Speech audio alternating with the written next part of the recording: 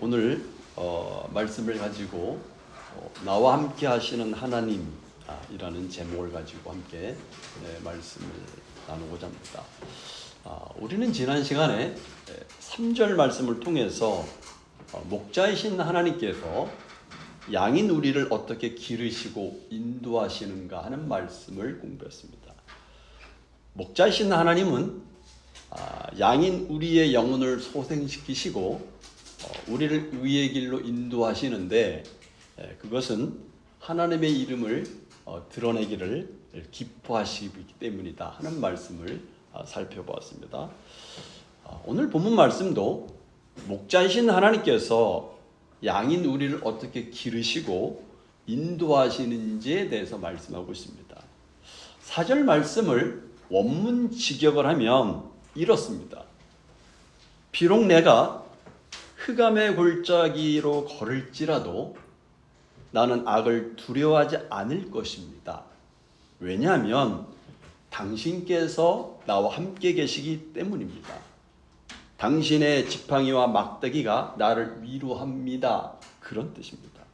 특히 4절 말씀 가운데 4절 중반절 말씀인 주께서 나와 함께 하심이라, 이 말씀은 중간 위치에 있어서 이 4절 말씀의 앞뒤 말씀을 연결해주는 그런 연결고리 역할을 합니다. 그래서 내가 죽음의 골짜기로 다닐지라도 나와 함께 하시는 주께서 주의 지팡이와 막대기로 나를 인도해 주시니 나는 두려워하지 않고 그곳에서도 하나님의 넘치는 위로를 체험합니다 라고 다윗은 고백하고 있습니다. 먼저 여기 사망의 음침한 골짜기는 원어의 의미가 죽음의 짙은 그늘, 흑암을 의미합니다. 이 사망의 음침한 골짜기는 이미 앞에서 2절에 나오는 푸른 초장이나 쉴만한 물가라고 표현과는 너무나도 선명하게 대조되는 장소적인 표현입니다. 그리고 이것은 3절에 나오는 내 영혼이 소성케 되는 것과 의의 길로 인도하신다는 말씀과도 정반대되는 부정적인 표현입니다. 다윗은 이 표현을 사용해서 과거는 물론 현재와 미래에 죽음에 처해지는 상황이 닥칠지라도 자신은 결코 해를 두려워하지 않을 것이라고 고백합니다. 특히 다윗은 자신이 인생길을 걸어갈 때 이 음침한 골짜기, 어둠의 골짜기와 같은 곳을 지나갔는데 그러한 어둠의 골짜기에다가 사망이라는 단어를 덧붙였습니다. 이것은 최상급적인 표현을 하고 있는 거예요. 그러니까 가장 어두운 골짜기라는 뜻입니다. 완전한 어둠, 철저한 어둠, 죽음의 그림자가 있는 어둠을 말합니다. 이 말씀은 다윗이 양을 치면서 목자의 생활을 했던 자신의 경험을 비추어서 지금 이야기를 하고 있는 것입니다. 목자들은 양들에게 새로운 풀과 물을 제공하기 위해서 양들을 인도하여 사망의 음침한 골짜기를 지나가야 합니다. 사망의 음침한 골짜기는 계곡입니다. 계곡은 좁고 햇빛이 차단된 아주 어두운 곳입니다. 계곡은 가파르고 자갈투성이어서 양들이 낭떠러지에 쉽게 떨어질 수 있는 곳이고 위에서 큰 바위가 떨어질 수 있는 곳이고 맹수들이 양들을 덮칠 수 있는 위험한 곳입니다. 목자가 그처럼 양들을 사망의 음침한 골짜기로 인도하는 이유는 양들을 죽이기 위해서가 아니라 살리기 위함입니다. 푸른 초장으로 인도하기 위함입니다. 물론 사망의 음침한 골짜기는 특정 공간을 뜻하는 것이 아닙니다. 그것은 위험한 상황이 닥친 공간 어디 안에 존재합니다. 특히 그러니까 장소가 아니라 상황을 여러분들이 염두에 둬야 합니다. 이 상황, 여러 가지 위험한 상황과 위기의 상황이 양들에게는 사망이 음침한 골짜기입니다. 그렇지만 양들은 목자가 자기들과 함께하고 있음을 알기 때문에 안전하게 이 계곡, 협곡을 지나갈 수 있습니다. 통과할 수 있는 것이죠. 실제로 여러분, 다윗을 보십시오. 도망자 다윗은 사나운 추격자들을 피해서 협곡으로 도망다녔습니다. 매 순간이 아찔한 순간이었습니다. 한순간도 방심할 수 없는 험한 골짜기였습니다. 때로는 맹수들을 만나기도 하고 추위와 싸워야 했습니다. 하염없이 광야길을 걷기도 했습니다. 죽음의 그림자가 드리워질 때마다 두려움에 사로잡히기도 했습니다. 이처럼 다윗의 삶과 인생은 정말 죽음의 그림자가 있는 어둠의 골짜기, 사망의 냄새가 나는 흑암의 골짜기를 지나온 생이었습니다. 그러나 다윗은 선한 목자이신 주님께서 자신과 함께하고 계심을 알았기 때문에 더 이상 두려워하지 않았습니다. 그래서 다윗은 이렇게 말하는 겁니다. 내가 하나님을 열심히 믿었더니 사망의 음침한 골짜기가 생명의 푸른 평원으로 바뀌고 나는 그곳에서 평안하게 살았다. 그렇게 말하는 것이 아닙니다. 다윗은 이렇게 솔직하게 말합니다. 내가 내 인생에서 사망의 음침한 골짜기에 처한 상황과 시기가 있었다는 것입니다. 그렇지만 그때마다 주께서 나와 함께 하셨다고 고백을 하고 있는 거예요. 여기 주께서 나와 함께 하셨다는 말이 히브리 단어가 임마누엘입니다. 이처럼 다윗이 사망의 음침한 골짜기 같은 극심한 환난 속에서도 두려워하지 않는 분명한 이유, 사망의 음침한 골짜기를 지날 때마다 담대할 수 있는 분명한 근거는 주님이 함께 하셨기 때문이라고 고백합니다. 여러분, 우리 인생도 마찬가지입니다. 늘 푸른 초장에만 있으면 우리가 생각하기에 행복하고 좋을 것 같은데 사망의 음침한 골짜기를 지나가야 될 때가 있습니다. 예를 들어서 사업에 실패하거나 실직하여서 경제적인 어려움을 겪게 될 때가 있습니다. 또 불의한 사고나 병으로 건강을 잃고 병상에 누워 있을 때가 있습니다. 아니면 내가 원하는 목표에 이르지 못하고 계속 어둠 속을 방황하고 있을 때가 분명히 있습니다. 이 모든 상황과 순간이 우리에게는 사망의 음침한 골짜기처럼 느껴지는 것입니다. 그러기에 그런 사망의 골짜기를 지날 때는 정말 힘이 듭니다. 위험도 위험이지만 끝도 없이 골짜기는 계속되고 또 울창한 숲으로 인하여 빛이 잘 보이지 않는 것이, 앞이 보이지 않는다는 것이 우리를 두렵게 만듭니다. 그런데 여러분, 사망의 음침한 골짜기를 지나는 것이 힘들고 될 수만 있으면 피해가고 싶은 길이지만 그 골짜기를 통과하고 난 이후에 한 가지 우리가 공통적으로 깨닫는 바가 있습니다. 그것은 사망의 골짜기를 지날 때가 그래도 내 인생에서 가장 농도가 짙은 삶의 때였다라는 것을 깨닫게 됩니다. 그래서 우리가 철이 들고 인생에 대해서 무엇인가를 깨달았고 또 하나님과 사람에 대해서 이해가 깊어졌다면 그것은 다른 길이 아닌 바로 이 아픔과 고난의 골짜기를 통해서입니다. 아랍인들의 격언 중에 이런 격언이 있습니다. 햇볕만 내리쬐고 비가 오지 않으면 사막이 된다. 그런 격언이 있습니다. 그렇습니다. 어두운 시기나 힘든 시기를 인생에서 한 번도 경험하지 않았다면 좋은 것 같지만 사실은 우리는 사막처럼 말라버릴 것입니다. 성장하고 성숙한 사람, 좋은 성품을 지닌 사람이 되기 위해서는 좋은 때와 나쁜 때가 모두 우리에게 필요한 것. 그러므로 우리 인생에 푸른 초장만 있지 않고 이처럼 사망의 음침한 골짜기를 지나게 하시는 것은 나와 함께 하시는 하나님을 경험할 수 있는 굉장히 좋은 기회입니다. 하나님은 우리가 좀 더 성장하고 우리가 좀 더 성숙하기를 원하십니다. 하나님은 우리들이 하나님께서 선물로 주신 인생이라는 것의 깊이를 알기를 원하십니다. 그러므로 혹시 지금 사망의 골짜기 같은 곳을 지나고 있는 분이 계시다면 그것 때문에 낭망하고 낙심하지 마시기 바랍니다. 그리고 더 중요한 것은 우리의 목적지는 골짜기가 아닙니다. 골짜기는 끝이 나게 되어 있습니다. 골짜기는 머무는 곳이 아니라 지나가는 곳입니다. 통과하는 곳입니다. 그리고 인생 골짜기의 경험이 우리 인생에서 깊은 맛을 우려내는 시간이 된다는 사실.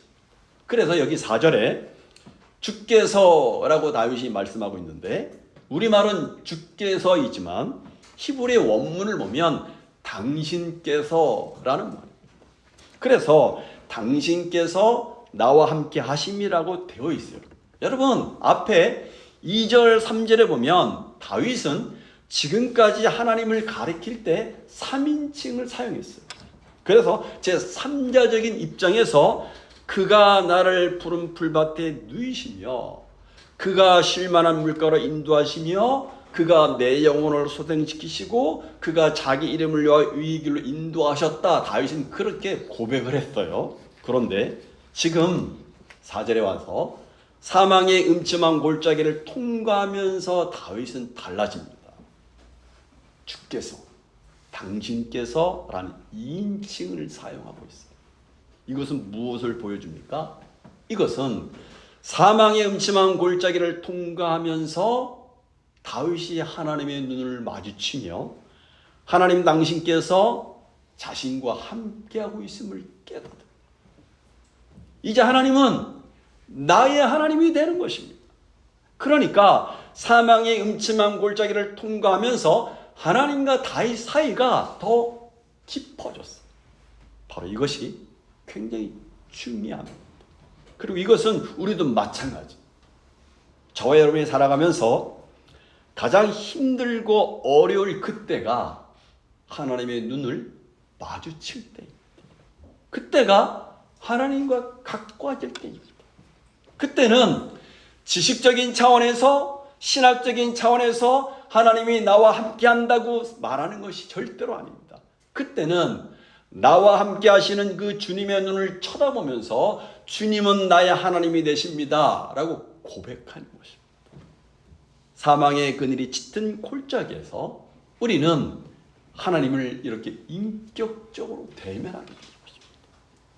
사망의 그늘이 짙은 골짜기를 통과할 때 우리는 더 이상 지식적으로 하나님에 대해서 하나님에 관해서 말하지 않고 비로소 하나님을 말해요. 하나님을 종교의 대상으로 만나는 것이 아니라 우리 인생의 주인으로 만나게 됩니다. 그러므로 혹시 지금 사망의 음침한 골짜기를 통과하고 있는 분이 계시다면 그 어느 때보다도 나와 함께 하시는 주님을 만나는 시간이 되어야 합니다.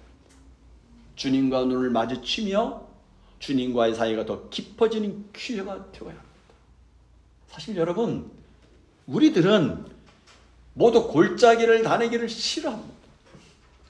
예수를 믿으면 만사가 형통해지고 어려움과 고난에서 면제되기를 우리는 기대합니다.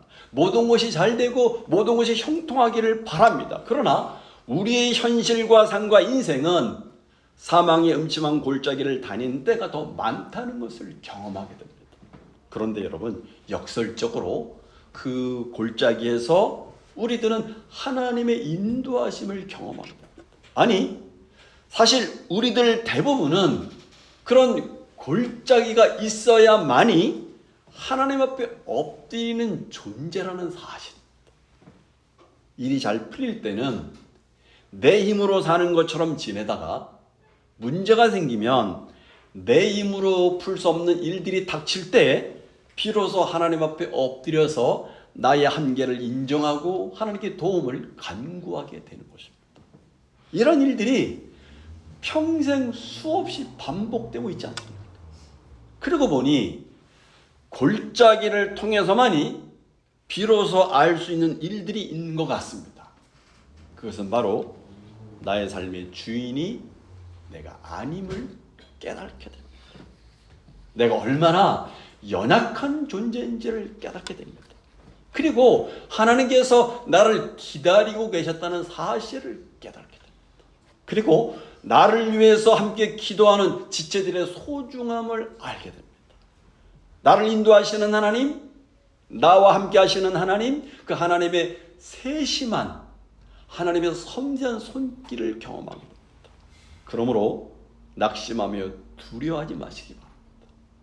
임마누엘의 하나님께서 지금 우리와 함께 하고 계십니다.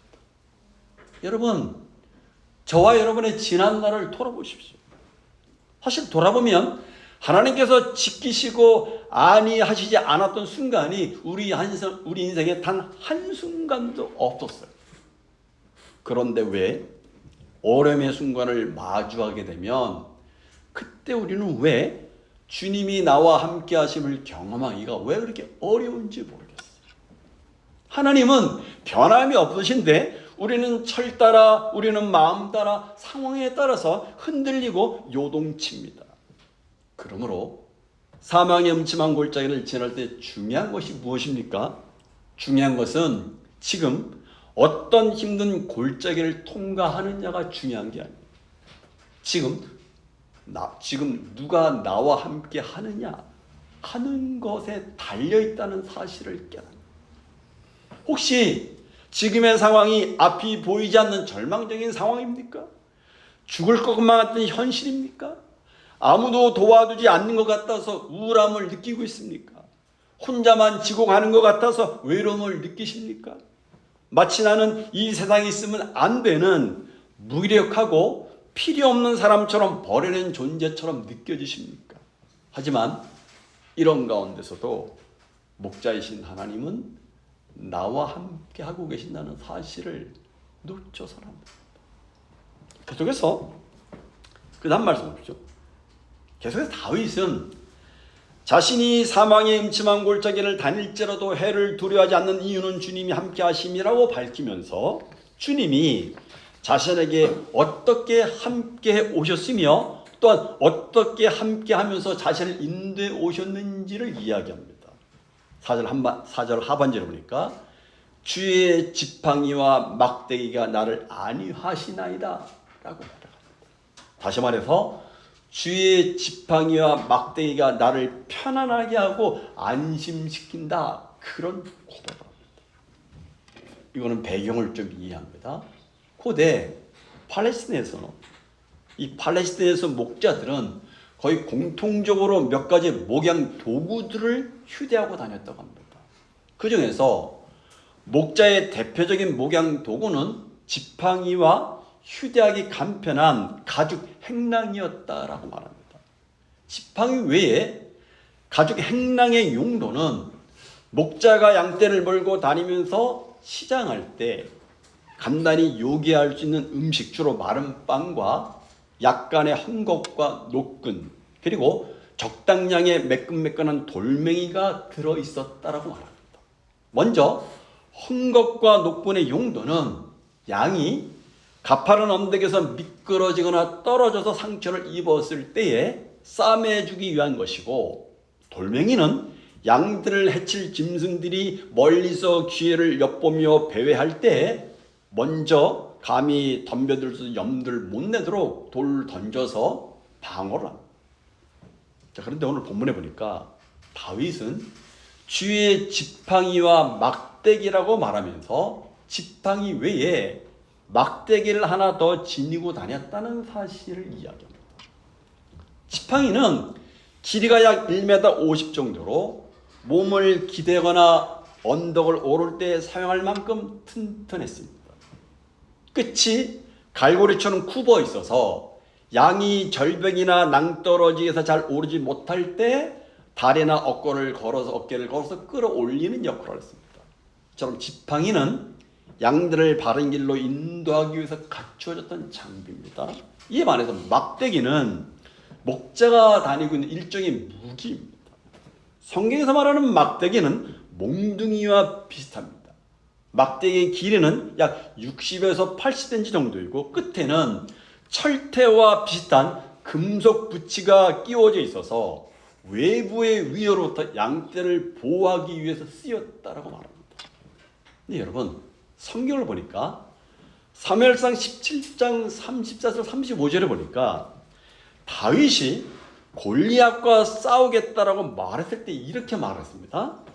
다윗이 사울에게 말하되 주의 종이 아버지의 양을 지킬 때 사자나 곰이 와서 양떼에서 새끼를 물어가면 내가 따라가서 그것을 치고 그 입에서 새끼를 건져내었고 그것이 일어나 나를 해하고자 않으면 내가 그 수염을 잡고 그것을 쳐 죽였나이다 라고 말합니다. 그렇습니다. 다윗이 사자나 곰을 쳐 죽여서 양떼를 지킬 수 있었던 것은 이 막대기, 몽둥이가 있었기 때문입니다. 그리고 다윗이 골리앗과 싸울 때 물맷돌만 가지고 있었던 것이 아닙니다. 사무엘상 17장 40절에 보니까 손에 막대기를 가지고 시내에서 매끄러운 돌 5을 골라서 자기 목자의 제구, 곧 주머니에 놓고 손에 물매를 가지고 블레셋 사람에게로 나갔다. 이렇게 기록하고 있어요. 그렇습니다. 다윗은 손에 막대기와 물맷돌을 가지고 나갔어요. 그러자 사무엘상 17장 43절을 보니까 막대기를 들고 온 다윗을 보고 골리앗이 이렇게 말합니다. 43절을 보니까 사무엘상 17장 43절을 보니까 블레셋 사람이 다윗에게 이르되 네가 나를 개로 여기고 막대기를 가지고 내게 나왔느냐 하고 그의 신들의 이름으로 다윗을 저주했다. 이렇게 말합니다. 그러니까 그 당시에 다윗처럼 목자들은 지팡이와 막대기를 갖고 다니며 양떼를 이끌고 했다는 것입니다. 목자였던 다윗은 지팡이와 막대기가 얼마나 유용한 것인지를 누구보다도 잘 알고 있었던 거예요. 다윗은 이런 경험을 바탕으로 목자이신 하나님의 양인 자신의 경우에도 적용을 해서 말씀을 하고 있는 거예요. 다윗이 골리앗과의 싸움에서 이겼을 때에 깨달은 것이 있었어요. 그것은 바로 보이지 않으나 자신과 함께 사나운 짐승과도 같은 골리앗과 블레셋을 쫓고 계시는 지팡이와 막대기를 드신 하나님이었습니다. 즉 다윗이 자신의 힘으로 골리앗을 이긴 것이 아니라 하나님의 지팡이와 막대기가 거기 작용하여서 골리앗을 이기게 하셨다는 사실을 다윗은 깨달았습니다. 그런가 하면 사울이 수년 동안에 자기를 죽이고 추격해 올 때 모든 백성이 사울의 편에 서서 밀고자가 되고 완전 무장을 하는 군사들이 자신을 공격해 하고 심지어 동굴에 꼼짝없이 갇히기도 여러 번 했습니다.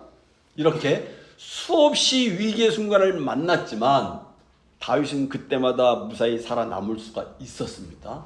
왜냐하면 목자가 지팡이와 막대기로 자기 양을 지키는 것처럼 그런 위험한 순간마다 보이지 않지만 강력한 하나님의 지팡이와 막대기가 자신을 지키고 있었기 때문임을 다윗은 알았다. 이와 같이 다윗은 자신의 인생의 골짜기 깊은 어두운 날을 보낼 때마다 하나님께서 자신의 목자가 되셔서 지팡이와 막대기를 가지고 자신을 돌본다는 사실을 생각하면서 사실 위로를 받았던 것. 그러면 여러분, 지팡이와 막대기는 단순한 도구가 아닙니다. 지팡이와 막대기는 하나님의 보호하심과 인도하심을 상징하는 강력한 메시지입니다. 그래서 다윗은 해를 두려워하지 않는다고 고백합니다. 두려움이 없다는 것이 아닙니다. 두려워하지 않는다고 말을 합니다. 왜냐하면 다윗은 죽음의 골짜기를 본 것이 아니라 목자이신 하나님이 가지고 계신 지팡이와 막대기를 보았기 때문에 그렇습니다. 그러기에 주의 지팡이와 막대기는 다윗에게 주님이 자기와 함께하고 계신다는 위안을 주는 의미가 있는 것이었어요. 그래서 4절 하반절에서 다윗은 나를 안위하시나이다 라고 고백합니다. 여기서 아니한다는 말은 하나님께서 위로하신다 그런 말.